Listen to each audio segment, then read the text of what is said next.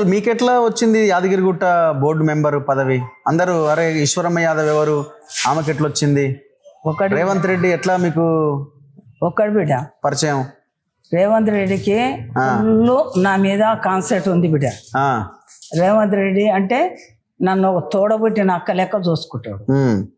మా కమిటీ కూడా పెద్దది. ఓకే. ఆ కమిటీని కూడా మరి దృష్టిలో పెట్టకుండా అదే మరి ఈమె నాకు పని చేసింది, ఒరిజినల్ గా పని చేసింది అని అది దృష్టిలో పెట్టకుండా మరి ఈమెకు రాజకీయ ఇది గుళ్ళకు కూడా టెంపుల్కి కూడా ఈమెకు అనుభవం ఉంది, ఆ అనుభవం దిక్కెళ్ళి నాకు ఇచ్చిండా అనేది నాకు అప్పటికప్పుడు డిక్లేర్ అయ్యేది కూడా. ఎప్పుడు అడిగిరా మీరు నాకు ఇది కావాలి పదవి అని అడిగిరా అంతకుముందు ఏమన్నా?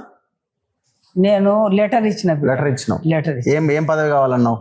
నేను అడిగిన నాకు తగ్గట్టు పదవి బిడ్డ.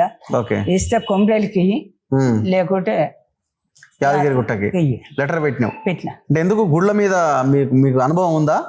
నాకు సంపాదించే నాకు ఆలోచన లేనప్పుడు నాకు తినే ఆలోచన ఎందుకు ఉంటుంది బిడ్డ? అదే గుడులలో పనిచేసిన అనుభవం ఉందా అంటున్నా. నాకుంది, నాకున్నది. ఇప్పుడు కూడా నేను సత్యంత వరకు 6-7 గుళ్ళకు నేను చైర్మన్ లోకల్లా. ఏ గుడి లోకల్? సాయిబాబా గుడి చైర్మన్. 2 హనుమాన్ల గుళ్ళకు చైర్మన్ నేను ఇప్పుడు. ఓకే. కనకదుర్గమ్మ గుళ్ళకు 2 గుళ్ళకు చైర్మన్ నేను. పోషమ్మ గుడికి చైర్మన్. వీరప్ప గుడికి గౌరవ అధ్యక్షురాలను. బంగారు పోషమ్మకు నేను గౌరవ అధ్యక్షురాలను. ఎల్లమ్మ గుడికి గౌరవ అధ్యక్షురాలు. మరి నాకు ఇవన్నీ ఉన్నాక నేనేం కోరుకున్నా, నా పిల్లలు చల్లగా ఉండాలి, లోకం చల్లగా ఉండాలి, బలగమ్మతో చల్లగా ఉండాలి అని నేను అదొకటే కోరుకున్నా బిడ్డ. నేను ఎప్పుడు నేను ఒకరి దగ్గర తినాలన్న ఆలోచన ఉంటే కదా బిడ్డ నేను సంపాదించాలని ఆలోచన ఉంటుంది. అవును. నా ఉన్నదే చాలు, దాని మీదనే ఈరేం చేసుకుంటే నా పిల్లలు చూసుకుంటాం, నాకేం చేశాడు అని అనుకున్నాను. కర్మన్ఘాట్ ఆంజనేయ గుడికి చైర్మన్. 2 ఏళ్ళు చైర్మన్ చేసిన బిడ్డ మీరా? నేను. ఓకే. నేను 2 సుధిరెడ్డి ఇచ్చాడు, అది 2 ఏళ్ళు చేసిన. అప్పుడు ఆయన కాంగ్రెస్ లో ఉన్నాడేమో. ఆయన కాంగ్రెస్ లో లేడు, టిఆర్ఎస్ ఉన్నప్పుడు ఇచ్చాడు.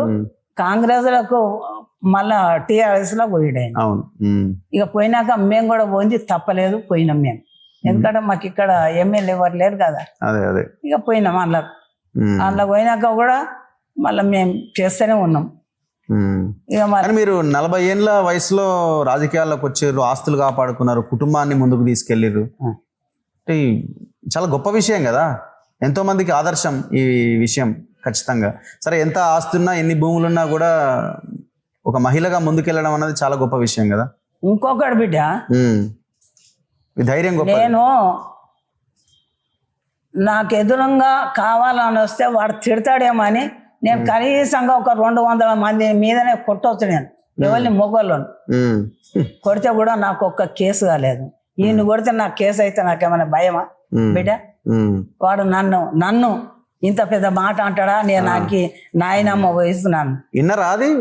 విన్నాకనే నాకు చాలా చాలా చాలా చాలా బాధ అయింది. అందరు కూడా కుల బంధువులు కూడా అందరూ గమ్ల కులం, నాకు ఏ కులం లేకుండా అందరు స్వచ్ఛందంగా నా దగ్గరకు వచ్చి నిన్న పెద్ద మీటింగ్ పెట్టి, మీకు కూడా తెలుసు బిడ్డ. ఇక నేను అంతకన్నా ఎక్కువ ఏం చెప్పలేను. నాకు ఈ ఛానల్ మన తొలి వెలుగు ఛానల్కు ప్రత్యేకంగా ధన్యవాదాలు చెప్తున్నా. మరి మీరు కంప్లైంట్ ఇవ్వకపోయినారు? కంప్లైంట్ ఇచ్చిరా పోలీస్ స్టేషన్ లో? ఇచ్చినాం బిడ్డ, ఇచ్చినాం. మరి ముఖ్యమంత్రికి మీ రేవంత్ రెడ్డి కంప్లైంట్ ఇస్తే యాక్షన్ తీసుకుంటాడు కదా. వాళ్ళు క్రమశిక్షణ కమిటీ ఉంటది కదా బిడ్డ, దాంట్లో ఇచ్చేస్తా ఇవాళ ఇచ్చేస్తా, లేకుంటే ఇవాళ కాకుండా రేపు ఇచ్చేస్తా బిడ్డ. నేను రేపు ఇచ్చేస్తా. ఇవాళ కూడా నా బలగమంత వస్తుంది, ఆ బలగాన్ని తిక్కరించిపోవాలంటే నా వల్ల అయితే లేదు బిడ్డ. రేపు ఇచ్చేస్తా, అందరికి ఇచ్చేస్తా. రేపు ఇచ్చేసినాక వాళ్ళే తీసుకుంటారు. వాళ్ళు కూడా బాధపడుతుర్రు నన్ను చూసి. ఆమెను అంటాడా ఆడింత మనిషిని, ఆమెను అంటాడు. నన్ను అన్నది కాక ఇన్ఛార్జీలను అన్నాడు. రాహుల్ గాంధీని అన్నాడు, ముఖ్యమంత్రిని అన్నాడు. అవును. మరి అది అంతకన్నా ఎక్కువ దౌర్భాగ్య బతుకం ఏం కావాలి బిడ్డ? అవును. ఇప్పుడు యాదగిరిగుట్టకు పోయారు కదా మీరు. అవును బిడ్డ. ఇప్పుడు ఏమనిపించింది మీకు? అంటే ఏం మార్చాలని ఏమన్నా అనుకున్నారా? ఏమన్నా అవి చేసినాక చెప్తారా? కారు పైకి పోతే 500 రూపాయలు టికెట్ పెట్టారు, అది జర చెప్పాలకు. మేము ఆలోచన చేయాలి బిడ్డ. మా కమిటీ కారు పైకి పోవాలంటే 500 కట్టాలడ. నిజమే బిడ్డ. అది ఘోరం కదా. అది మొన్న 3-4 నా చెవులు వేసారు అన్నమాట. మార్చాలని చెప్పండి, మీరు నెంబర్ కదా. ఒక్కరు ఇద్దరు కాదు, మొన్న చాలా మంది అన్నారు మీరు చేస్తారు, న్యాయం చేస్తారని అని అన్నారు. అది గరీబోళ్ళు సరీబోళ్ళు కూడా ఉంటారు కదా బిడ్డ. దాన్ని ఇప్పుడు నేను ఒక్కదాన్ని నిర్ణయం తీసుకుంటూ ఉండదు, కానీ కమిటీలో పెడతా. అది కమిటీలో పెడితే అది తీర్మానం ప్రకారంగానే అవుతుంది కదా బిడ్డ. అంతే కదా. నాకన్నా పై ఆయన ఉన్నాడు. అవును. అంటే మీరు రిక్వెస్ట్ చేయాలి. రిక్వెస్ట్ చేస్తా బిడ్డ. నేను మీరు చెప్పాల్సింది మీరు చెప్పాలి. నా రిక్వెస్ట్ ప్రకారంగా నేను చెప్తాను బిడ్డ. చెప్తా. వాళ్ళు కూడా మా చైర్మన్ గారు కూడా మంచోడే, ఆయన కూడా కొంత వింటాడని కూడా నాకు నమ్మకం ఉంది. ఇక నేను ఆడ పనులు చేయాలనే పోయిన బిడ్డ. నేను అదొక గుర్తింపు గల గుడి, అది నిద్రలు పోయే గుడి. అది 2 దినాలు 3 దినాలు పోయి పండుకొని వస్తున్నాడ, బండ్లు కట్టుకొని ట్రైన్ దిగి ఆడికెళ్ళి ట్యాంగల మీద పోయి, మరి అది పవిత్రమైన గుడికి ఇచ్చిండు కాబట్టి దానికి మేము సేవకే పోతున్నాం బిడ్డ. అంతే. మేము ఇంకా ఏమిడికి పోతలేము.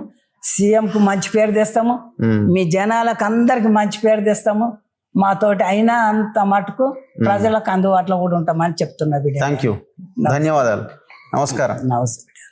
సో ఇది ఈశ్వరమ్మ యాదవ్తో ఇంటర్వ్యూ. సో ఆమె చాలా ధైర్యంగా 40 సంవత్సరాలు రాజకీయ జీవితంలో ఉండి తన కుటుంబాన్ని పోషించింది. సో తనకున్న ఆస్తులు కాపాడుకుంటూ ఒక అడుగు ముందుకేసింది. చాలా గొప్ప విషయమే. సో ఏదేమైనా ఇట్లాంటి బూతులు భాష అనేది ఎట్టి పరిస్థితుల్లో ఎవరు మాట్లాడినా, ఇటువైపు నుంచి మాట్లాడినా అటువైపు నుంచి మాట్లాడినా తప్పే.